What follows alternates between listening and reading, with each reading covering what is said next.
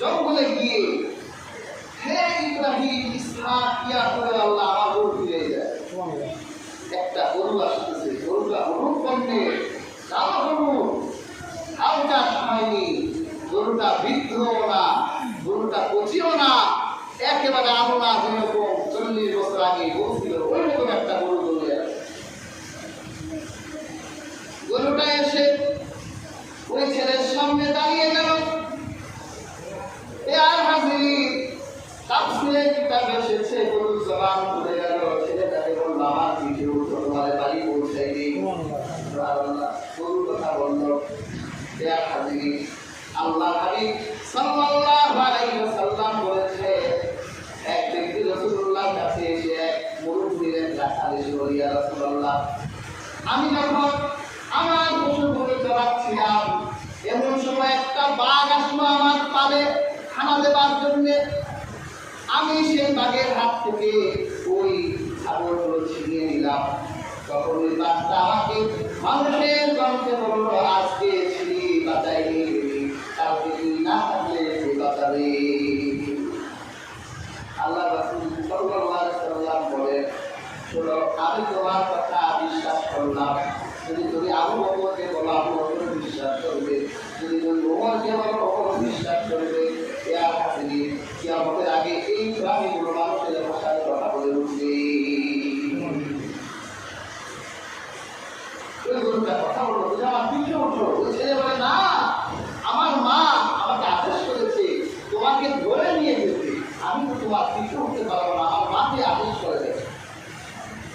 গরুটা বলল, শোনো, তুমি তোমার মায়ের কথা শুনেছো বলে আমি তোমার বাধ্য হলাম আমার যেই দিক ডিরেকশন দিয়ে ওই দিকে যাব। আর যদি তোমার মায়ের কথা না শুনে আমার দিকে বসে তাহলে আমি তোমার কথা শুনতাম না। মায়ের কাছে যাওয়া হলো। মা বললো, যাও বাজারে নিয়ে যাও, বিক্রি করো। না, কত দামে বিক্রি করবো? যাও 5 দিরহাম বিক্রি করো। একটা কথা বাজারে নিয়ে দাঁড়ালো। আল্লাহ পাক মানব রূপে ফেরেশতা পাঠালেন, যাও গরুর দাম হাঁকাও। মানব রূপে ফেরেশতা বলল, গরুর দাম কত? গরুর দাম মা বলতে 5 দিরহাম। না না, তোমাকে আমি 10 দিরহাম দেব। 5 দিরহাম? আমরা তাকে কি করতাম? তাড়াতাড়ি দেন, টাকা দেন, বাড়ি দেবো। না না, আমার মা আমাকে 5 দিরহাম বলেছে, যাও তোমার মায়ের কাছে গিয়ে বলো, যদি জোরে করবে সে 10 দিরহাম বলেছে। তোরা মায়ের কাছে গেল, মা 10 দিরহাম বলে দিল, যাও বিক্রি করো। যখন দেন 10 দিরহাম দাও, তুমি তোমার মায়ের কাছে যখন দৌড়ে গেলে তোমার গরুর দাম 20 দিরহাম হয়ে গেছে। বলেন কি, আমার মায়ের কাছে যেতে হবে, মাটি 20 দিরহাম আমাকে হুকুম করে কিনা, যাও মায়ের কাছে যাও, এরকম সে 20 দিরহাম দিবে।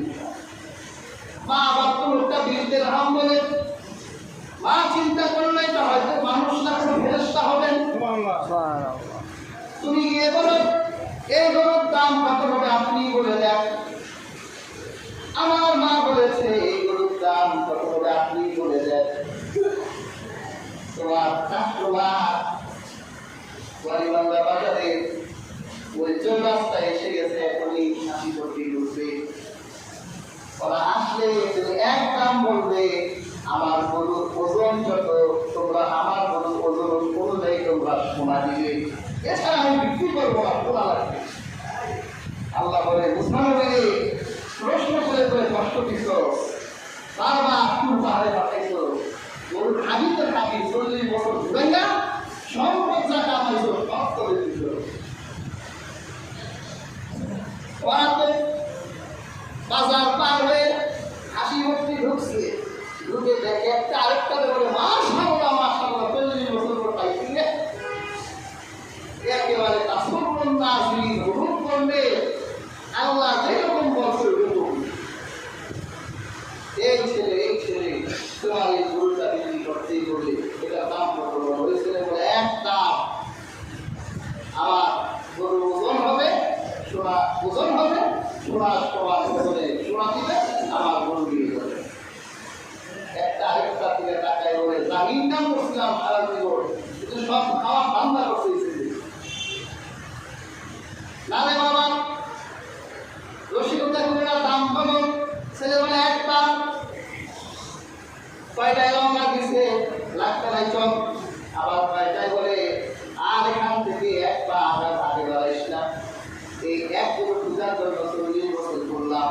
এবার যদি বের হয়ে যায় আবার তো নিজের গোসল করা লাগবে। যার কাছে যত শোনা আছে হাজির করা হলো। এই পৃথিবীর কোন খাবার মুসা আলাইহিস সালামের আগ পর্যন্ত বস্ত্র না। এই মুসা আলাইহিস সালামের এই বনী ইসরাঈলরাই পৃথিবীতে প্রথম আমার কথা এরাই পৃথিবীতে প্রথম সৃষ্টি করেছে। এই লাশ 40 বছরে বসে যায়। ওরা আল্লাহর প্রতিভাবে ভরসা কম ছিল, ওরা মান্না সালওয়া জমা করে রাখতো। এই জন্য আল্লাহ রাব্বুল আলামিন পৃথিবীতে প্রথম খাবার পদার্থ তৈরি করলে এই জন্য দেয়ার হাজিরি আমরা খাবার এখন রাখলে একদিনও থাকে না, বাসি হয়ে যায়, নষ্ট হয়ে যায়। ওরা গরু ক্রয় করলো, আল্লাহ পাক করলো তোমরা এই গরুর একটি টুকরা সে মৃত ব্যক্তির উপর রাখো, তিনি বলে দেবে কে হত্যা করেছে। দেয়ার হাজিরি যে কথা বলার জন্য ঘটনা বললাম, এই যে বনী ইসরাঈলের এই মানুষগুলো 40 বছর পর্যন্ত তারা এই গরুর পিছনে ঘুরলো, তাদের হৃদয়টা এত স্বচ্ছ হয়ে গেল, তারা এরকম তাকওয়াবান হলেন। যখন তারা তাদের পরিশ্রমের স্বর্ণ রূপা দিয়ে তারা যখন এই গাভীটি ক্রয় করলো, তারা যখন এই গাভীটি জবাই করে সেই মৃত ব্যক্তির গায়ের উপর লাগছে, আল্লাহর সামনে তারা দাঁড়িয়ে বলবো, আল্লাহ আমরা অনেক কষ্ট করেছি, যদি আপনি আমাদের প্রতি নারাজ থাকেন আমাদের এই পরিশ্রম ধ্বংস হয়ে যাবে। আমরা এত কষ্ট করলাম, আপনি আমাদের কষ্টকে বৃথা দিতে দিয়েন না। তারা যে হৃদয় নিয়ে দাঁড়ালো, আল্লাহ পাক তাদের হৃদয়টা কবুল করলেন। এই জন্য মৃত ব্যক্তির গায়ে যখন ওরকম কষ্ট দেওয়া হলো, মৃত ব্যক্তি জীবন ফিরে পেলেন। হত্যাকারীর নাম করলেন, কেউ হত্যা করে যায়, আমার হাতি দেয়, আমার হত্যা করছি কাউকে ওই যায়, আর ওইটার কারণে তোমাদের আর কি অবস্থা। তারা যে হৃদয় নিয়ে দাঁড়িয়েছিল, আমাদের যেই রকম কোরবানি দাতাদের হৃদয় এরকম আরামের পয়সা হলে এর ভিতরে উদ্দেশ্য তার আল্লাহকে রাজি করা হবে না, এর উদ্দেশ্যই থাকছে বস্তু পরিপূর্ণ হয়। দেখবেন বাজারে গেলেই দাম জিজ্ঞাসা করলে বস্তু পরিপূর্ণ হইতে পারে, এটাও চিন্তা চেতনা বস্তুর দিকে, বস্তুর দিকে চিন্তা হবে না। আপনার হালাল পয়সা, আপনার পছন্দের পশুটি আপনি ক্রয় করবেন, সেটাই কিনে আনবেন। 2 দিন আগে ক্রয় করেন, 1 সপ্তাহ আগে কিনে আপনি নিজে এটা একটু দেখাশোনা করেন, এটার সাথে একটা গুড রিলেশন তৈরি করেন, একটা মহব্বত তৈরি করেন। টাকার সময় আপনার পরিচয় যাতে একটু লাগে, তাহলে দেখবেন এই কোরবানির পশুর রক্ত মাটিতে পড়ার আগেই আল্লাহ আপনার কোরবানি কবুল করে দিচ্ছেন।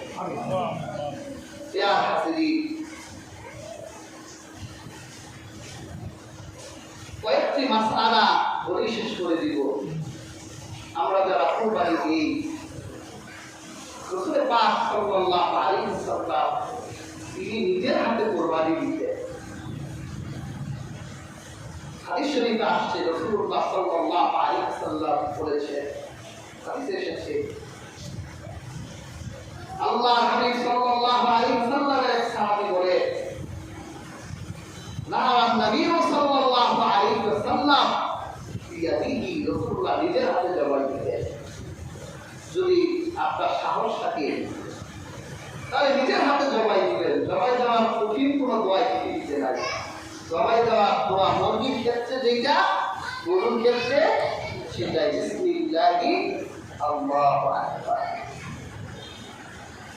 রাসূলুল্লাহ বলেছেন, তোমরা ছুরি ভালো করে ধারিয়ে নাও। রাসূলুল্লাহ বলেছেন, তোমরা কোরবানির পশুকে সামনে রেখে ছুরি ধারাইও না, বরং আগে ধারিয়ে রাখো, যাতে পশুর কষ্ট না হয়।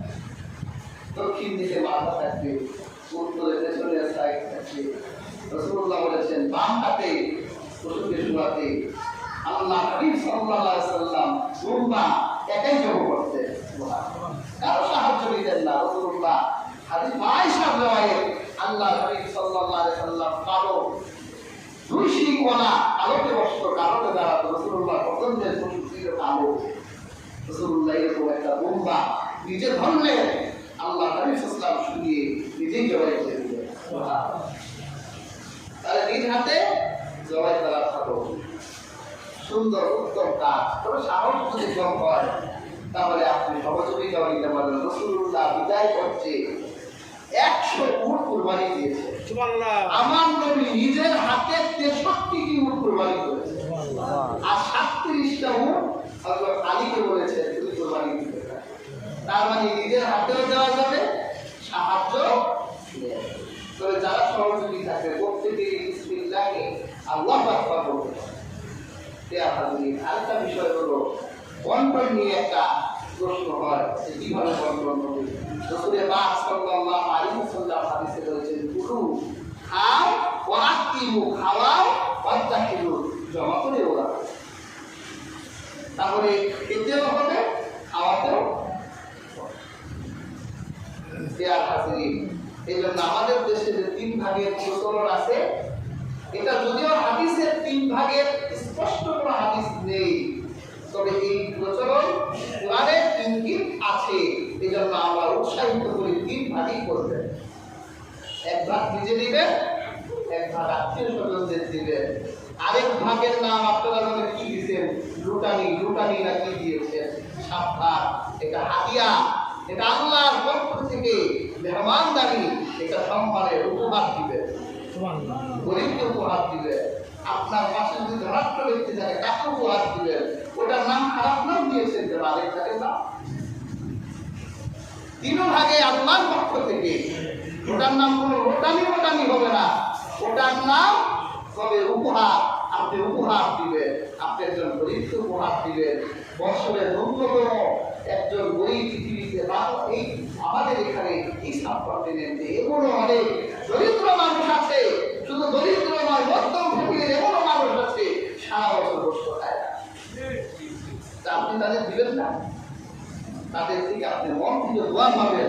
এই জন্য তাদেরকে আপনি উপহার দিলেন, হাতিয়া দিলেন, গিফট দিলেন। আপনি পার্সেল করে রাখবেন, সুন্দর একটা পার্সেল করে দিলেন। কাজেই আমার নিজে একা একা দরজা বন্ধ করে জমাই দিলেন, নিজে খাবেন। শ্বশুর বাড়ি, মেয়ে শ্বশুর বাড়ি, ছেলে শ্বশুর বাড়ি, এগুলো ঠিক জানি, এগুলো বকিলতা। আল্লাহ রাসূল বলেছেন যে বকিল যে কি বল, সে আল্লাহ থেকেও দূরে, মানুষ থেকেও দূরে, জান্নাত থেকেও দূরে। এজন্য কিপটামি করা যাবে না। আপনার তো আছে, আপনি দরকার 1 সপ্তাহ পরে 10 কেজি গোশত কিনে খান, আপনি দেন মানুষকে, মানুষের হৃদয় থেকে আপনি দোয়া পাবেন। দেয়ার কাছে আরো অনেক মাসালা আছে যেগুলো জানার জন্য ইনশাআল্লাহ প্রশ্ন করলে ইনশাআল্লাহ পাবেন। আল্লাহ সুবহানাহু ওয়া তাআলা আমাদের প্রত্যেককে যে কুরবানির আল্লাহ সুবহানাহু ওয়া তাআলা যে নিয়ম কানুন দিয়েছেন, আল্লাহ সন্তুষ্টির জন্য প্রত্যেক ব্যক্তিকে কুরবানি করার তৌফিক দান করুন।